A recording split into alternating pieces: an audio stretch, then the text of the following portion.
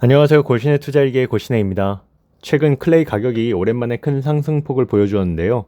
영상을 준비하고 있는 현재 기준 소폭 하락하였지만 300선도 위협받는 상황 속에서 한때 355원을 돌파하며 10% 넘는 상승을 보여주었습니다.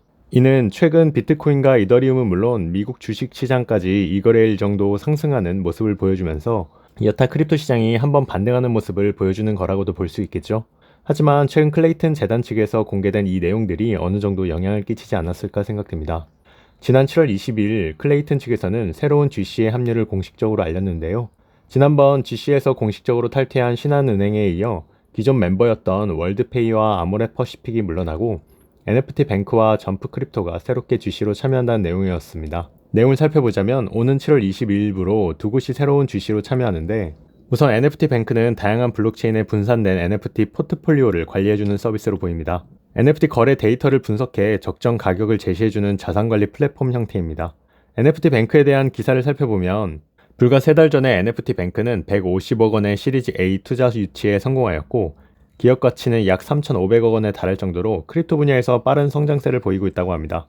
그 외 점프 크립토의 경우에는 퀀트 트레이딩 업체 점프 트레이딩의 가상자산 전문 계열 회사로 이전에 테라 생태계를 위해 조성된 재단인 LFG의 10억 달러 규모 펀딩을 주도할 만큼 인지도를 보유하고 있다고 보여집니다. 다만 NFT 뱅크의 경우에는 애초에 지난 4월 그라운드 X가 NFT 뱅크를 운영 중인 컨텍스트.io 지분 10%가량을 인수함에 따라 사실 정말로 새로운 GC라기보다는 카카오 입김이 닿은 내부 계열사 느낌이 들었습니다. 또한 점프 크립토의 경우에는 테라 생태계를 구축하고 테라가 잘 나갈 때에는 그 위상이 엄청났지만 테라 폭락 이후에 본인들의 입지도 좁아졌을 뿐만 아니라 테라 사태 때 무려 7억 달러, 하나 약 9천억에 달하는 엄청난 손실을 입었기 때문에 내부적으로도 많은 혼란이 있을 것으로 우려가 되기도 합니다. 하지만 기존의 네임밸류만 가지고 있던 은행이나 대기업들이 GC에서 떠나고 실제 크립토 분야에서 관련 업무를 수행하고 있는 기업들이 참여한다는 점은 장기적으로 보았을 때 클레이튼 생태계를 확대해 나가는데 더 유리할 것이라는 생각도 듭니다.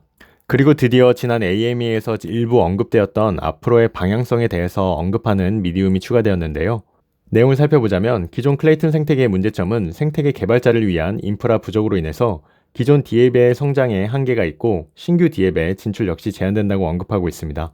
따라서 클레이튼 측에서는 인프라의 양적, 질적 성장을 목표로 블록 탐색기, 지갑, 브릿지, 오라클 등의 생태계 인프라를 강화하고 이더리움 개발 툴에 대한 호환성을 높이도록 추진한다고 하는데요. 물론 제가 기술적인 전문성이 부족하기 때문에 그렇겠지만 표를 살펴보자면 개인적으로는 엄청난 방향성을 제시한다는 느낌을 받지는 못했는데요. 사실 이제야 블록 탐색기 기능을 보완하고 멀티체인 브릿지로 확대하겠다는 말이 조금 늦은 감이 있다고 보이고 지갑 안정성이야 당연한 부분이라는 생각이 들었습니다.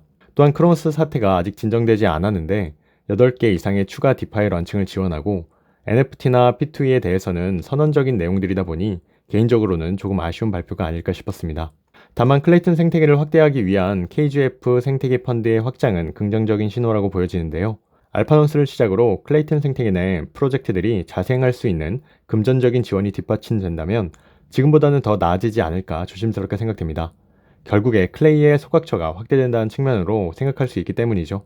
미디움에서는 클레이튼 기반의 디파이 게임이나 해외 게임 내 재화를 클레이튼 기반 토큰으로 연동하는 플랫폼 등을 지원하고 게임 내 클레이튼 기반 NFT를 활용하는 분야에 지원하고 있다는 내용을 밝혔습니다. 대표적인 사례로는 넷마블 마블엑스, 클레이 다이스, 수압 스캐너, 슈퍼워크 등을 언급하였습니다. 전체적으로 공개된 내용을 살펴보면 조금 아쉬운 감은 있지만 나름대로 크립토 분야의 확장을 위한 체질 개선 작업이 수행되고 있다는 긍정적인 모습을 볼 수 있었는데요. 다만 아쉬운 건 이전 AMA에서 제안한 70억 개의 미유통 물량에 대한 내용이 언급되지 않았다는 것입니다. 생태계 확장을 위한 기반을 마련한다는 것 역시 중요하지만 인플레이션이 우선적으로 안정화될 것이라는 기대감이 있어야지만 투자자들의 유입 역시 가속화되고 생태계 확장이라는 목표를 달성하는 힘을 받을 수 있을 것이라 생각하기 때문입니다. 앞으로의 클레이튼 방향이 어떻게 될지 지금처럼 코인 가격 상승을 이끌지는 앞으로도 새로운 소식이 있다면 정리해서 말씀드리도록 하겠습니다. 이 영상이 도움이 되셨다면 구독과 좋아요, 알람 설정까지 부탁드리겠습니다. 감사합니다.